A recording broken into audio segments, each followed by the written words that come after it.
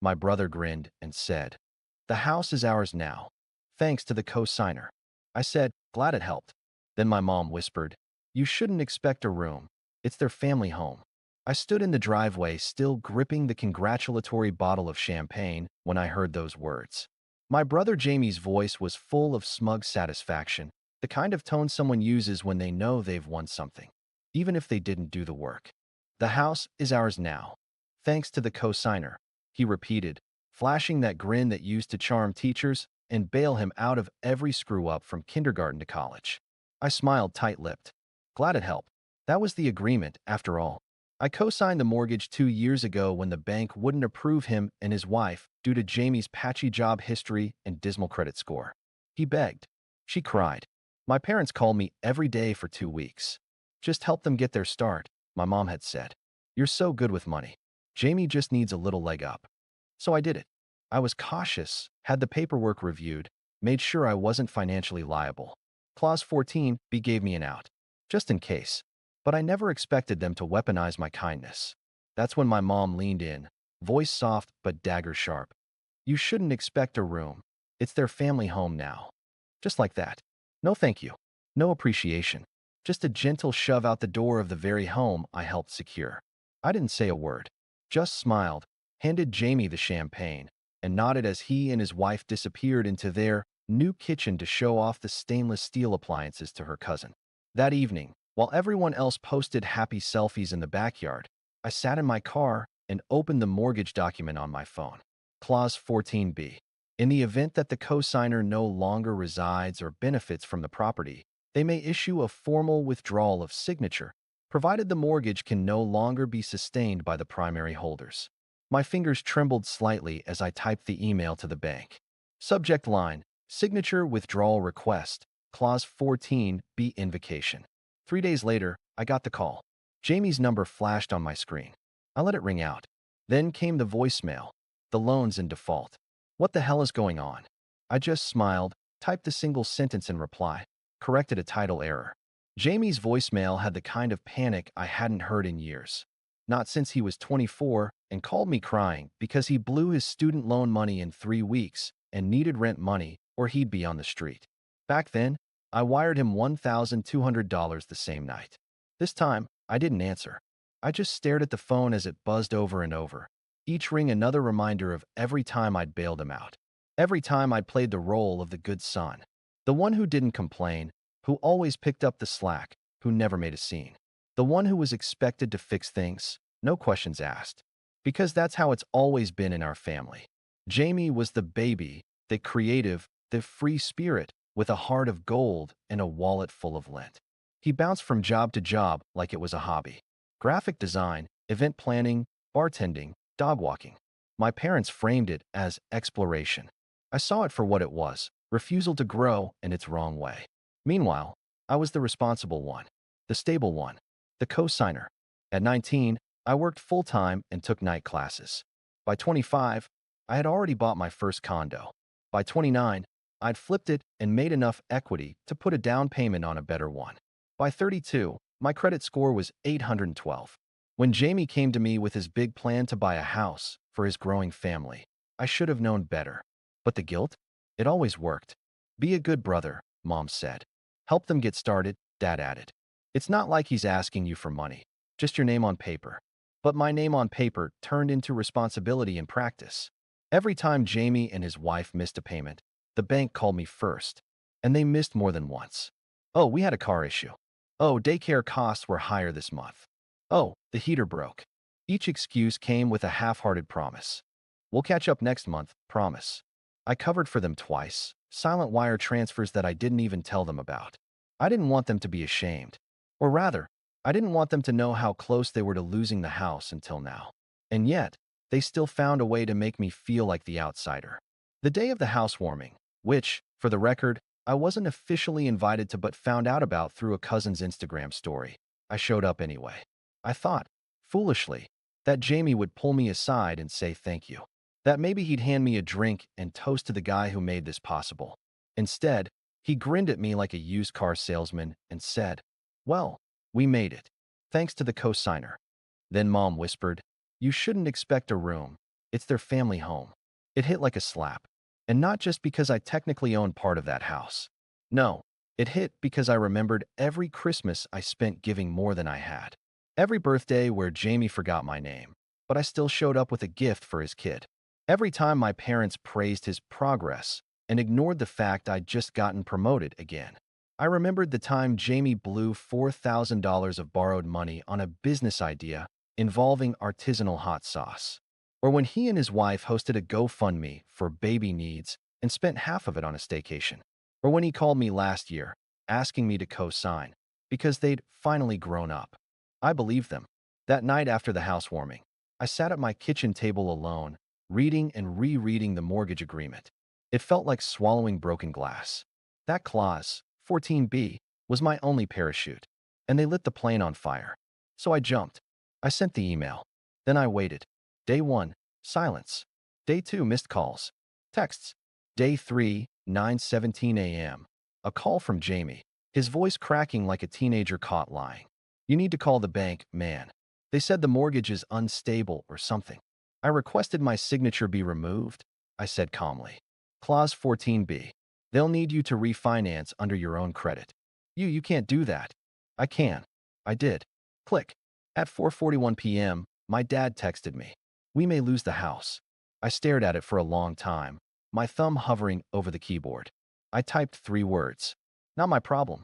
The fallout was faster and uglier than I anticipated. By day 4, the group chats were lighting up. Jamie's wife posted some cryptic Instagram story about betrayal from the one person you thought had your back. My mom called me 4 times in 1 hour. I didn't answer a single one. On the 5th day, I finally picked up when Dad called. Son, he started, his voice strained. We need to talk. We met at a diner, neutral ground. He looked older than I remembered. Grayer, more tired. Like the stress of a mortgage default was finally outweighing the comfort of pretending everything was fine. He slid into the booth across from me and didn't say anything for a moment. Just stirred his coffee. No sugar. No cream. Just bitterness. I don't understand, he finally said. Why would you do this to your brother? I leaned back and folded my arms. To him? Or for myself? You knew their credit wasn't strong enough. You co-signed knowing that. I also knew Clause 14B gave me an exit if I wasn't benefiting from the property. Mom made it pretty clear I wasn't welcome. That was taken out of context. I laughed, short and sharp. No, Dad. That was exactly the context. I was good enough to help them buy it. Not good enough to have a room in it. He looked uncomfortable, shifting in his seat. You should have talked to us before pulling something like this. You blindsided the entire family. I stared at him, suddenly calm. You mean the family that didn't invite me to the housewarming? The family that treats Jamie like a king and me like an ATM? The family that spent the last decade rewarding irresponsibility while punishing boundaries? You're being dramatic, he snapped. There it was. That old tone. Like I was still 17 and questioning why Jamie got away with skipping chores while I had to mow the lawn in the rain. No, I said. I'm being direct. And I'm done. He sat back, stunned, as if the words hit harder than expected. I let the silence stretch until it felt like another person in the booth with us. Then I dropped the real bomb. You know what's funny? I asked the bank for a copy of the current mortgage agreement. Jamie and his wife refinanced last year. Dad blinked. What? I slid a paper across the table. Page 2. Line 3. Borrowers, Jamie R. Last name, Tara R. Last name. Co-signer, Liam M. My name. He scanned it quickly, eyes narrowing. So they refinanced without telling me, which, according to Clause 12A, violates the co-signer agreement. They locked me in as responsible without my knowledge. That's mortgage fraud. Dad went pale. His fingers curled slightly around the paper. You're not pressing charges, are you? I tilted my head. Should I? Come on, Liam. He's your brother. He's an adult. He knew what he was doing. And so did she. Dad didn't respond. He just stared at the paper like it might rewrite itself if he glared long enough. I didn't want to hurt anyone. I added, my voice quieter now. But I'm not going to be used anymore. He rubbed his temples. Jamie's panicking. They can't get approved without you. They're going to lose the house. I met his eyes. That's not my fault. Later that night, I got a call from Jamie. He didn't start with hello. He went straight for blood. You ruined us. You ruined yourself, I replied. He was yelling now. We have a toddler, man. A baby. Are you seriously going to let your niece live in a motel? Don't talk to me about family, I said, cold as stone. Not after what you and Tara did. Not after you forged my name on a refinance just to get a lower interest rate. I was your safety net, and you cut a hole in it. Silence. Then a soft, pathetic, we were just trying to build something. And I was trying to protect myself. Looks like we both succeeded. He hung up. That weekend, my mom came by unannounced. She stood on my doorstep with tears in her eyes and a casserole dish in her hands.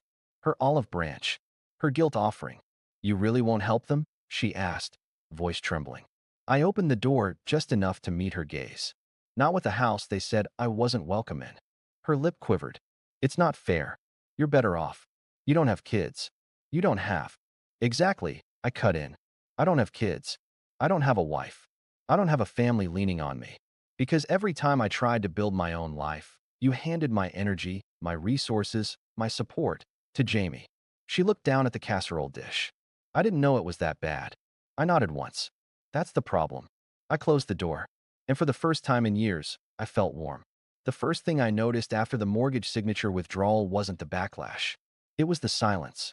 Not a peaceful silence. Not at first. It was the kind that made your shoulders stay tense, like you're still bracing for the next blow. Like you're waiting for the guilt texts, the manipulation calls, the accusations masked as concern. But they didn't come. Not immediately. The first 2 days, I heard nothing. No calls from Jamie. No frantic texts from my parents. Just silence. Which, coming from a family that had no problem calling me at 2 a.m. to ask if I could float the mortgage or just cover the gap for the month, was eerie. On day 3, that silence shattered. A voicemail from Jamie. Angry, breathless. The kind of voice someone uses when they've just realized the walls are closing in. The bank's saying the loan's in jeopardy, man. What the hell did you do? Tara's freaking out. You need to fix this, now. I didn't call back. I didn't even flinch. A part of me, a small part, felt guilty. I'd spent years being the fixer, the reliable one, the brother with the 800-plus credit score, the head-on straight, the boring job that paid well enough to rescue everyone else from their messes. But the rest of me? The part that remembered how my name had been used, how I'd been dismissed at their celebration, how my mother had whispered that I didn't belong in a home I helped them buy. That part of me felt something else entirely. Relief. And then, vindication. By the end of the week, I received an official notice from the bank. Due to the violation of cosigner clauses and the inability of the primary borrowers to carry the mortgage alone, the loan was flagged for default. I was removed from all responsibility. But the mortgage? Now entirely Jamie and Tara's burden. Their reactions came fast. Jamie called again, this time pleading. We have a baby, man. You can't just pull out like that. The bank said there's no way we qualify on our own. We could lose the house. I texted back one sentence. Then you shouldn't have excluded the person who made it possible. He didn't reply. My mother, however, wasn't done. She showed up at my apartment 2 days later. No warning. Just appeared, red-eyed, holding a pie like we were in a sitcom. Like baked goods could reverse years of imbalance. She didn't even wait to be invited in. You've made your point, she said, standing stiff in my doorway. But is it worth destroying your brother's life over? I tilted my head. Did he think about that when he refinanced the mortgage without my knowledge? She flinched. That was the part none of them had expected, that I'd find out they'd forged my signature during refinancing last year. That they'd knowingly committed fraud just to secure a better interest rate, using my credit, my trust, and then erasing me when it was convenient. She had no answer, just a long, trembling sigh. He was desperate, she said. So was I. I was desperate to stop being used. She placed the pie down on the entry table. You were never used.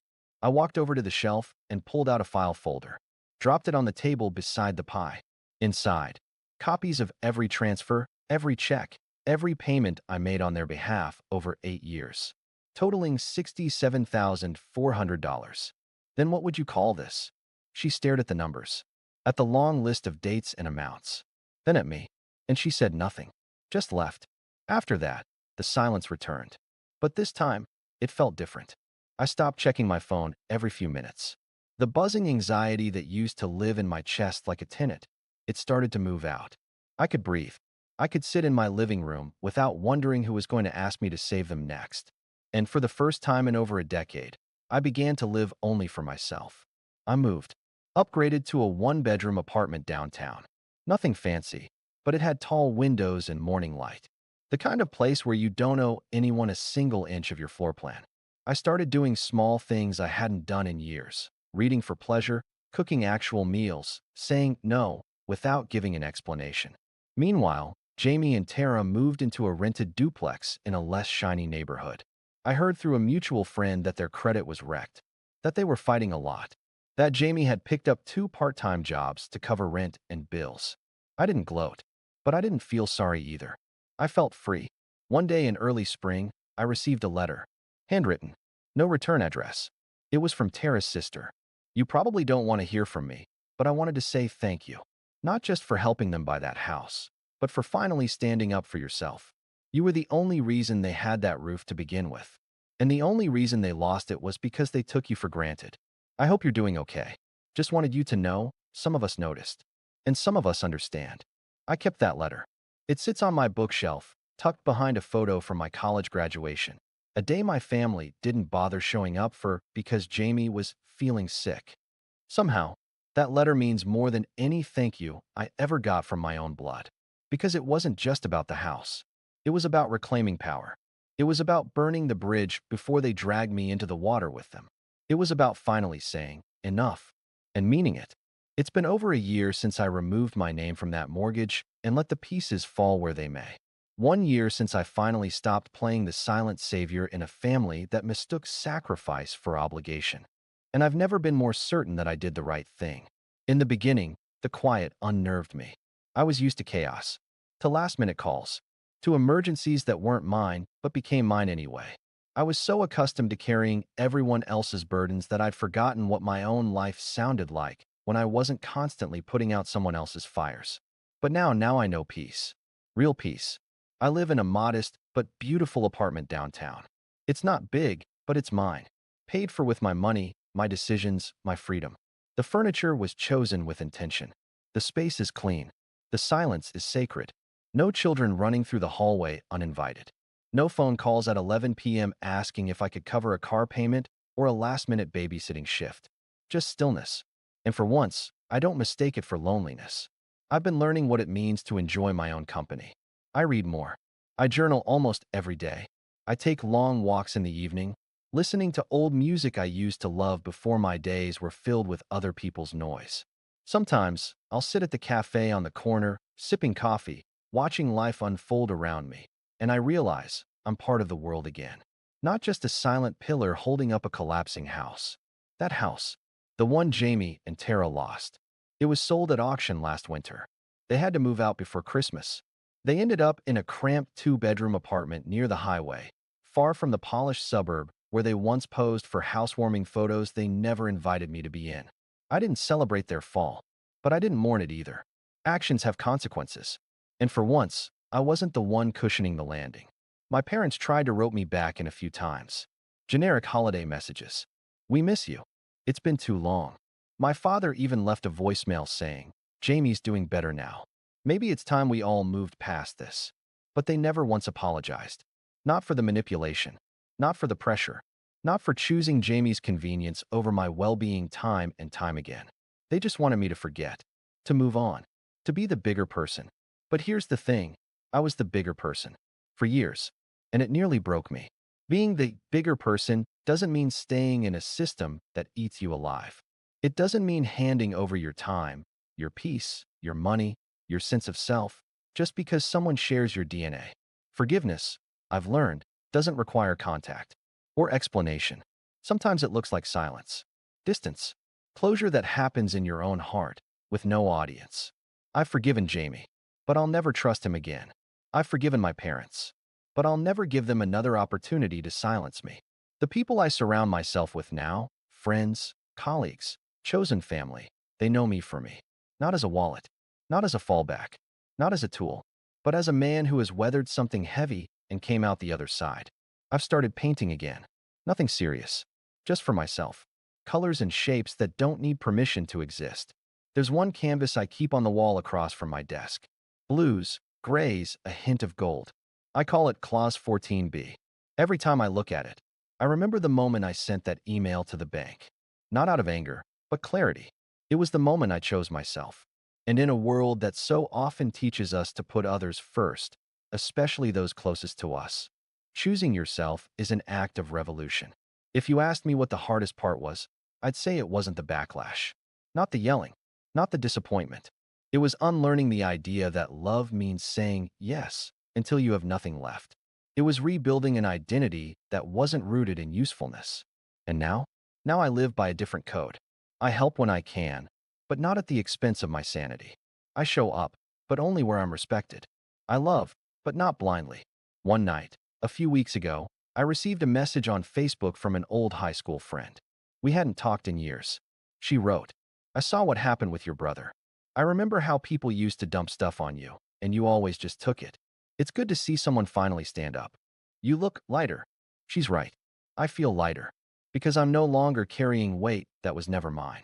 And if someone reading this is wondering whether they should finally draw a line, walk away, or stand up for themselves, I'll say this.